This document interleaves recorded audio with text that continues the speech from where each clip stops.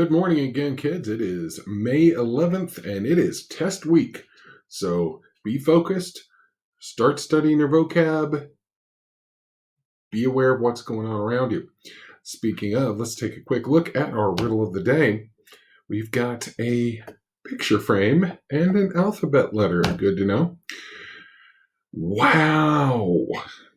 Global totals for the coronavirus up at 4 million with 280,000 recorded deaths.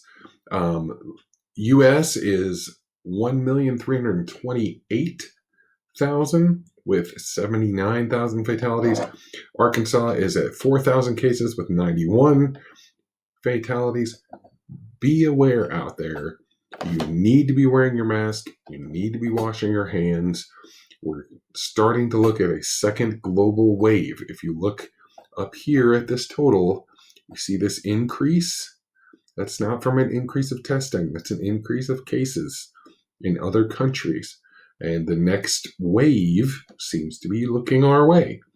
So even though we're opening up, even though things are looking positive, at the moment, you need to continue social distancing, need to continue wearing your masks in public, need to continue washing your hands. Don't listen to conspiracy theories. You need to be using good, healthy science every day. Let's look at our goals. Go do the check-in and go formative. You'll have your riddle, and today we will have our celebrated scientist of the day. We're going to take a break from this and watch our final topic for Ecology Energy Flow from Mr. and Mrs. Stone. Okay guys, hey, so Mr. Stone kind of introed what we're talking about today, which is energy flow through things called food chains and food webs. Okay, so there's things called a trophic level, and it's just a level where you have a specific set of organisms that share nutritional relationships. The sun grows the food, the ants pick the food, the grasshoppers eat the food. And the birds eat the grasshoppers. Hey, like the one that nearly ate you, you remember? Oh. And so some examples of those levels are you start out with a primary producer. Okay, they've produced their own food from the sun, such as plants. Well, what comes from plants? Seeds. So if a seed is a primary producer, then your primary consumer, see how we changed it there from a producer to a consumer? So you start back at primary. So primary producer plant, primary consumer would be like a mouse. And the mouse eats the seed and gets that energy. And then you would have a secondary consumer. That would be like a snake. The snake would eat the mice. And then you just keep going up to different levels, right? Trophic levels. And so if a hawk eats the snake, then that's going to be your tertiary for 3, right? Your tertiary consumer. So again, primary producer plant, primary consumer, a mouse, secondary consumer, a snake, tertiary consumer, a hawk, and so forth, like we see like a food chain, right? So Mr. Stone's going to go into more depth and go a little deeper into what these trophic levels mean and how that incorporates into a food web. So on the first level, when we're talking about these trophic levels, you have what Ms. Stone mentioned was the primary producer level. And a producer, 99% of the time, is going to be an autotroph. So an autotroph is an organism that can create their own food. So they do not need to consume other organisms for their energy and their food source. So a great example are like these buttercups here. So these buttercups, from what we learned back when we were talking about photosynthesis, is they take energy from the sun, which in theory is 100% pure energy. What we feel, heat, is kind of a byproduct, is the pure energy in that light form. The light form gets absorbed by the leaves, which is converted then into glucose, which gets passed on to that second level of the food chain. So after that first level of organization, that first trophic level, that primary producer level, then you have a primary consumer. And a primary consumer is an organism that's eating that first trophic level, that is eating that primary producer, eating plants.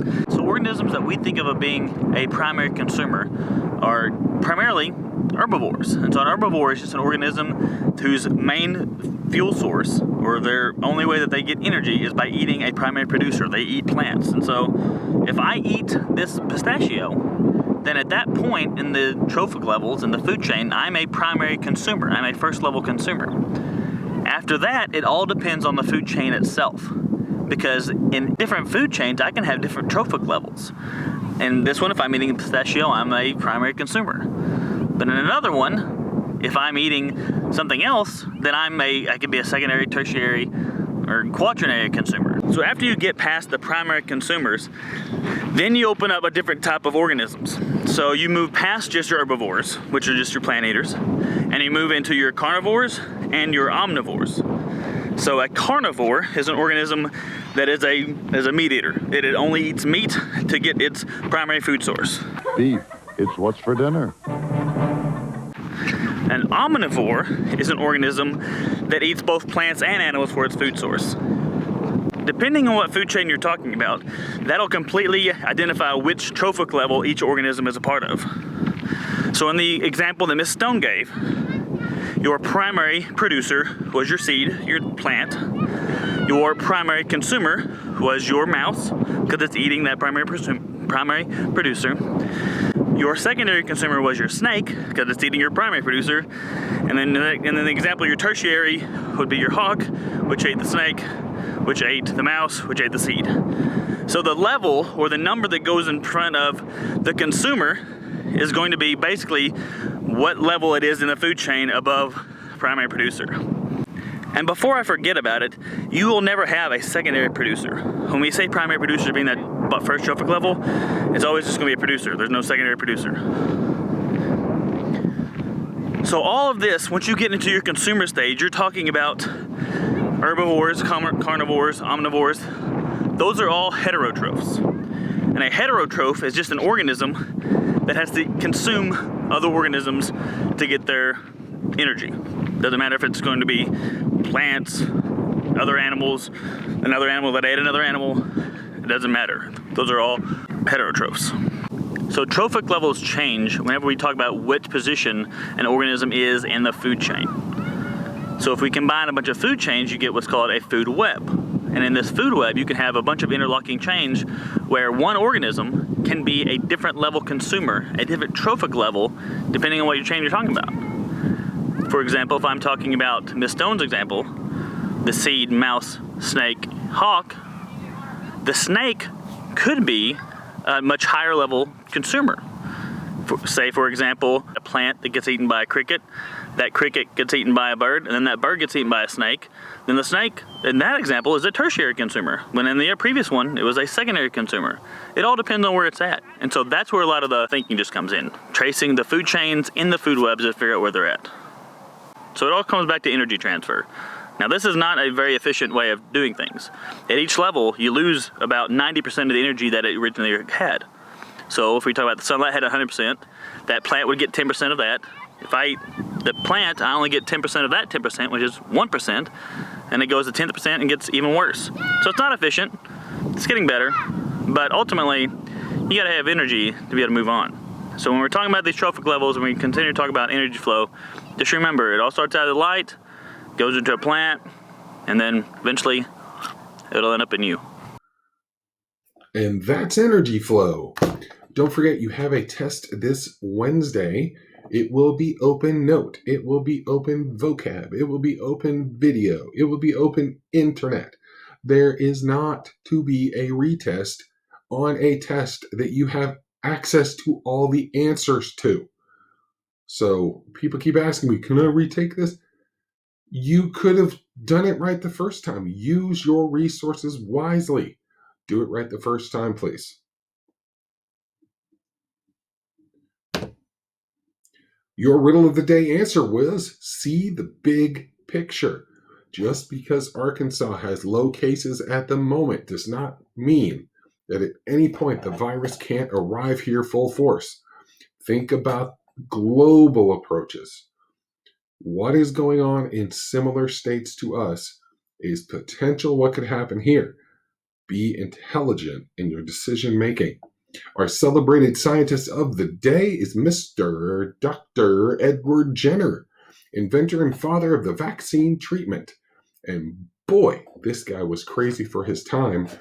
He noticed that milkmaids got blisters on their hands after milking cows, and cows suffered from cowpox, something very similar to smallpox in humans.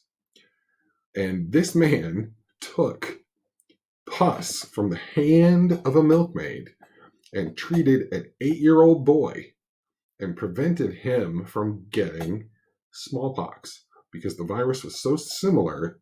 The human body reacted mildly to cowpox, whereas smallpox was deadly, and thus the vaccine was born. We owe this concept of antibodies, human immune responses, all to his research. So we salute you, Edward Jenner of the 1700s, because thanks to your research, we are starting to understand a little bit more about this deadly virus. Stay safe out there. Wash your hands. Make good choices. Do well on the test. I'll be offering review sessions on Monday and Tuesday.